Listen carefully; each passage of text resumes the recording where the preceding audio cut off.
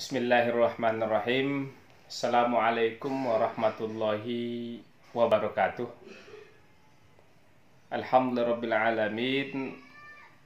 Wassalatu wassalamu ala asrafil anbiya'i wal mursalin wa ala alihi wa sahbihi ajma'in, amma ba'du. Saudara-saudara, alhamdulillah pada kesempatan kali ini kita kembali melanjutkan perkuliahan kita. Kemudian tadi sudah dipresentasikan makalah yang pada kesempatan kali ini kita membahas tentang materi proses dan mekanisme pengambilan keputusan. Saudara-saudara, tentu seperti yang sering saya katakan bahwa setiap orang itu adalah pemimpin, dan setiap pemimpin itu dalam situasi dan kondisi tertentu, bahkan dalam situasi dan kondisi yang tidak memungkinkan, harus mengambil keputusan. Apa itu pengambil keputusan? Ini kemudian yang harus kita pahami. Pengambilan keputusan itu adalah melakukan sebuah pilihan dan pada akhirnya menjatuhkan pilihan atas keputusan yang kemudian harus diambil. Nah, jadi ini yang harus kita pahami bersama, seperti yang saya katakan bahwa akhirnya dalam situasi dan kondisi apapun, dalam situasi dan kondisi seperti apapun, kondisi normal, bahkan kondisi yang tidak memungkinkan, kondisi terjepit, kadang-kadang kita harus mengambil sebuah keputusan besar, keputusan yang sulit, yang tentunya keputusan itu adalah ketika kita memimpin lembaga yang besar, keputusan itu akan berdampak kepada hal yang besar.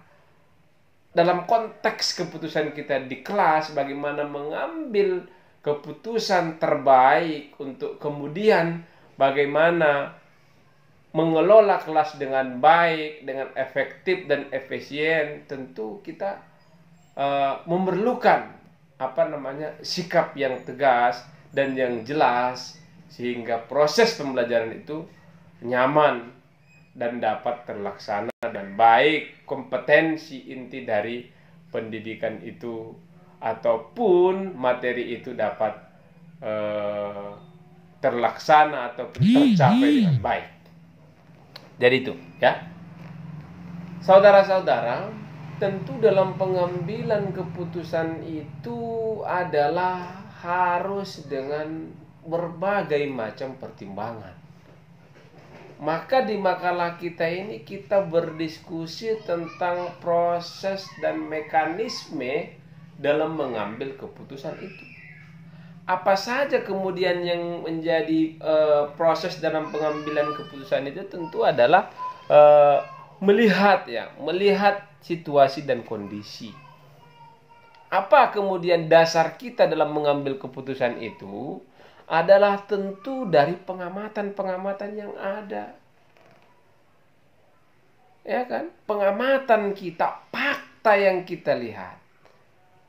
Kemudian pengalaman kita. Kira-kira ketika mengambil keputusan itu, apa efek negatif dan apa efek positif? Apakah kemudian efek positifnya yang dominan atau malah kemudian efek negatifnya yang lebih dominan? Ini maka akan ada pertimbangan-pertimbangan matang yang harus dilakukan oleh seseorang ketika mengambil keputusan itu. Seperti yang kita katakan tadi, dalam lingkup yang paling besar. sebagai seorang ketua kepala di organisasi yang besar, atau sebagai seorang kepala sekolah, kepala dinas, ketua sekolah tinggi, kosma, komisaris mahasiswa, kemudian guru kelas dan lain sebagainya.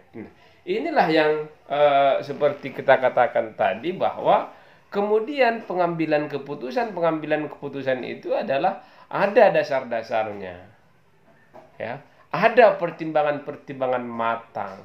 Kita baca, kita amati, sehingga pada akhirnya kita dapat kepada sebuah keputusan, sebuah kesimpulan.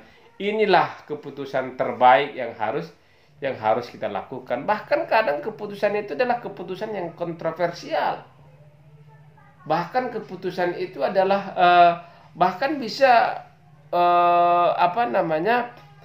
menimbulkan kontroversi di tengah-tengah masyarakat, tapi itu harus dilakukan. Menimbulkan kontroversi di tengah-tengah keluarga, sekolah, tapi itu harus dilakukan. Nah, inilah bagaimana kelihayan seorang pemimpin, kelihayan seorang guru kemudian untuk mampu melihat, membaca, mengamati kondisi dan rasional, mempertimbangkan segala sesuatu, melihat pengalaman-pengalaman sebelumnya, apa efeknya, apakah lebih dominan yang efek negatif atau malah efek positif yang lebih dominan. Tentu yang itu yang diharapkan ketika mengambil keputusan. Tentu ada orang yang merasa tidak puas, ada yang merasa puas dalam pengambilan keputusan itu. Maka dalam pengambilan keputusan tentunya harus ada kita berdiskusi, bermusyawarah.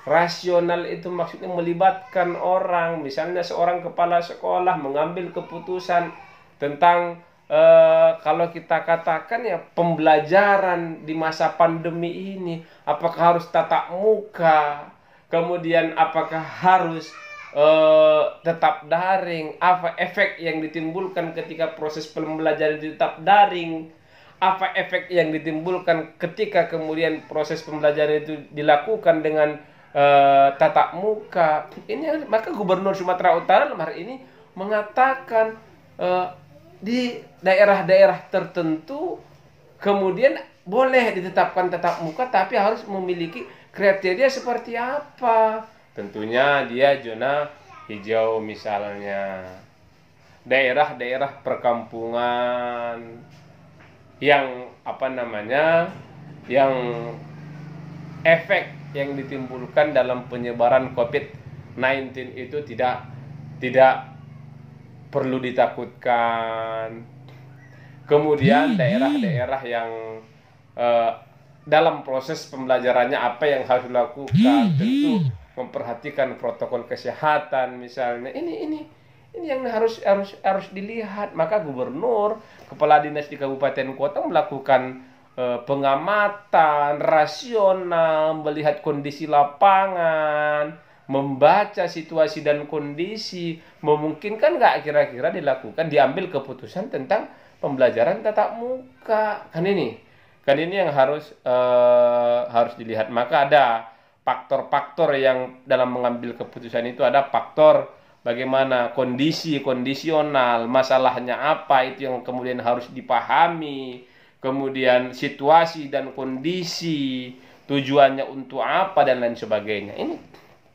Ini yang harus saudara-saudara pahami, yang harus kita pahami dalam konteks pengambilan keputusan. Dalam hal ini adalah keputusan pendidikan.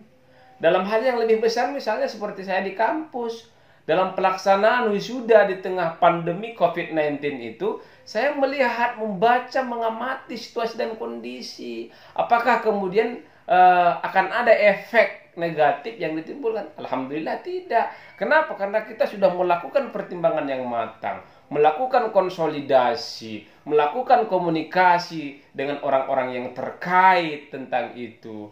termasuk wali kota, meminta pertimbangan kepada beliau, maka kemudian bisa kita mengambil keputusan pelaksanaan ini tetap seperti normal, hanya kemudian orang tua yang tidak dilibatkan. Kenapa kemudian orang tua tidak dilibatkan di kelas?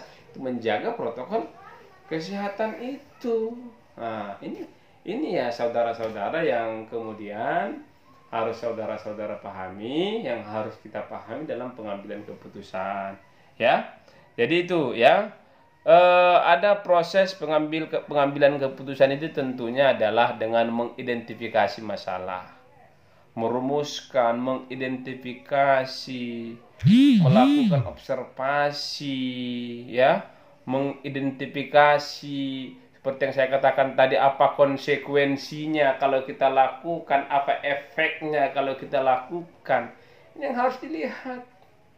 Maka kepemimpinan itu, bagaimana kemudian kita memahami apa arti kepemimpinan itu adalah bagaimana meyakinkan orang untuk bisa bersama kita, mempengaruhi orang bersama kita, mendukung kita dalam pengambilan keputusan itu, yang pada akhirnya tujuannya kemudian adalah untuk mencapai tujuan organisasi itu sendiri, yang ada kita di dalamnya secara bersama-sama. Kan itu yang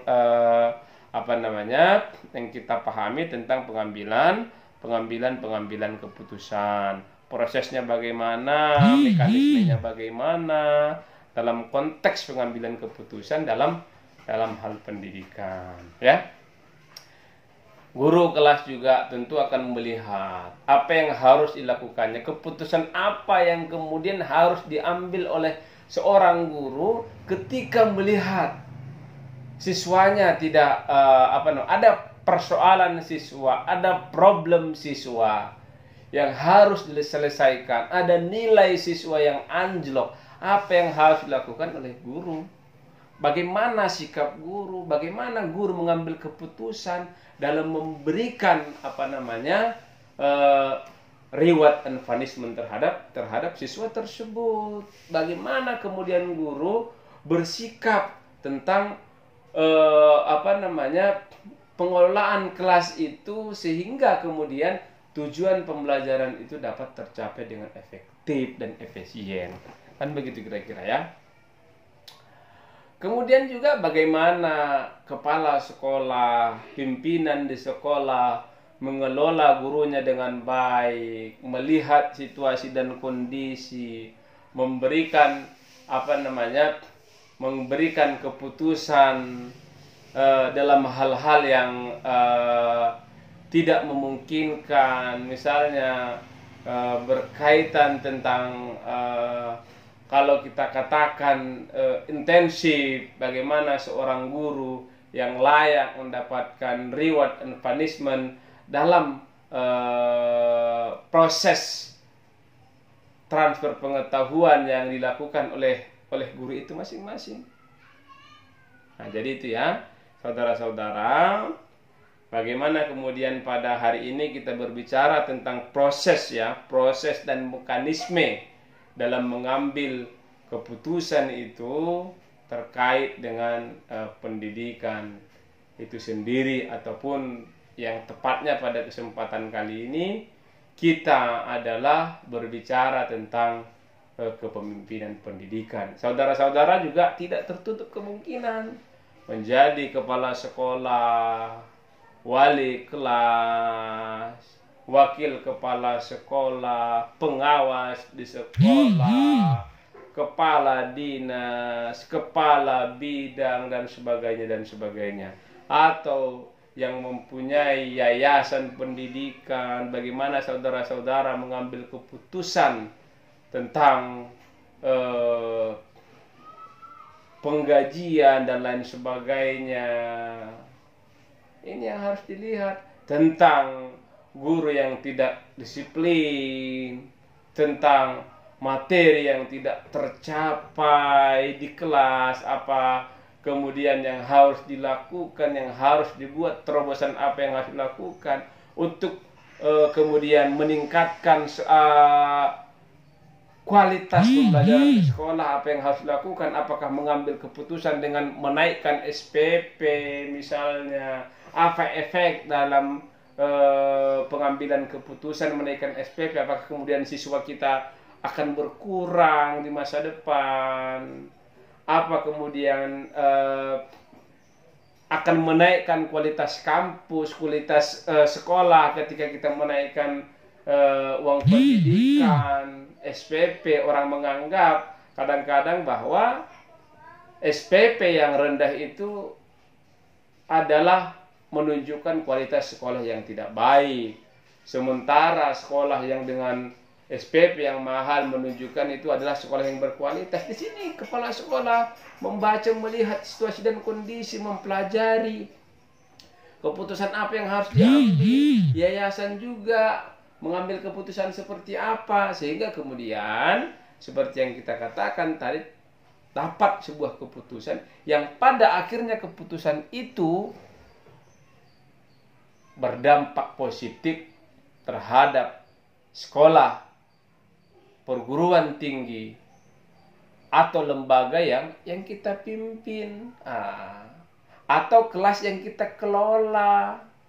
Kan gitu kan. Tujuannya pengambilan keputusan itu adalah hal yang positif, bukan hal yang negatif. Kalau hal yang negatif ngapain? Tapi kemudian ada efek yang ditimbulkan, ada yang seperti pertanyaan di makalah di grup tadi, bagaimana keputusan yang sepihak itu tentu iya.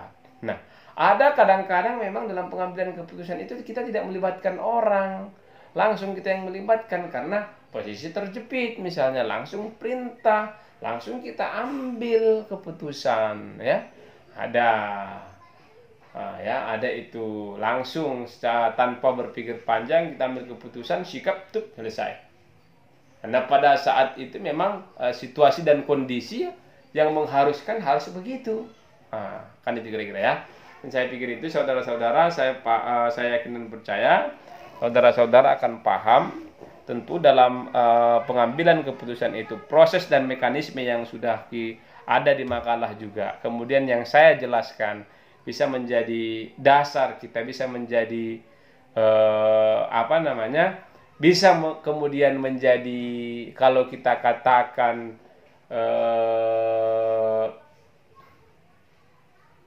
bekal kita yang insya Allah akan pemimpin dalam pendidikan, akan menjadi kepala sekolah, wakil kepala sekolah, wali kelas, bahkan pemimpin di keluarga. Dan tentunya itu dalam pengambilan keputusan itu sama. Presiden juga begitu, melihat situasi dan kondisi. Maka kemudian ada reshuffle kabinet, melihat situasi dan kondisi. Kondisinya apa? Ternyata yang diamanahkan sebagai Mensos atau yang Menteri Kelautan itu melakukan perilaku koruptif. Maka kemudian diresapel, ya. Terawang yang dianggap ya gagal misalnya menangani COVID-19 oleh Presiden mengambil keputusan setelah melihat situasi dan kondisi dan pertimbangan yang matang. Ini yang dilihat. Maka dalam pengambilan keputusan itu tentu ada dasar-dasar kita. Bagaimana kita melihat situasi dan kondisi. Kemudian bagaimana kita melihat situasi, tujuannya apa. Kemudian masalahnya apa, bagaimana konsekuensi logis, konsekuensi negatif dan positif. Kemudian bagaimana kita melakukan pengamatan fakta dan wewenang kita sampai di mana, itu juga penting. Jangan kita mengambil sebuah keputusan yang bukan wewenang kita, itu juga salah. Apa wewenang kita, apa tupoksi kita, kemudian itu yang harus kita ambil. Ya, saya pikir itu saudara-saudara. Saya yakin dan percaya saudara-saudara pasti sudah insya Allah sedikit banyak akan memahami itu terkait dengan proses pengambilan keputusan itu, ya.